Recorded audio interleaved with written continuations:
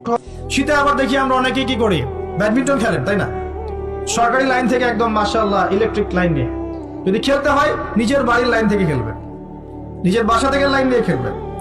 খেলেন, আমি উৎসাহিত করছি, কারণ এটা আপনার ফিজিক্যাল স্ট্যামিনা বাড়াবে, অ্যাটলিস্ট আপনার শরীর চর্চা হবে। ঠিক আছে, আপনার শরীর চর্চার দরকার আছে। এই কাজগুলো মোবাইলের সামনে বসে বসে সময় নষ্ট করার চেয়ে অনেক ভালো আছে। ঠিক আছে, কিন্তু আপনি চুরি করে লাইন নেবেন না কারোর কাছ থেকে। তারপর শীতকালে দেখবেন কি হয়, বেশি বেশি মাদকের আসর বসে শীতকালে। ঠান্ডা তো, শীতকালে বেশি বেশি মাদক দ্রব্যের আসর বসে, খেয়াল করে দেখেন। এগুলো থেকে আমার যুব সমাজকে বাঁচাতে হবে। শীতকালে জেনা বেড়ে যায়, কিন্তু শীতকালে দেখবেন জেনা বেড়ে যায়, এটা একটা অ্যাডাল্ট ওয়ার্ড, কিন্তু আপনি বুঝবেন শীতকালে এগুলো বেড়ে যায়। আল্লাহ পাক এই যুব সমাজকে জেনা থেকে বাঁচিয়ে রাখুন।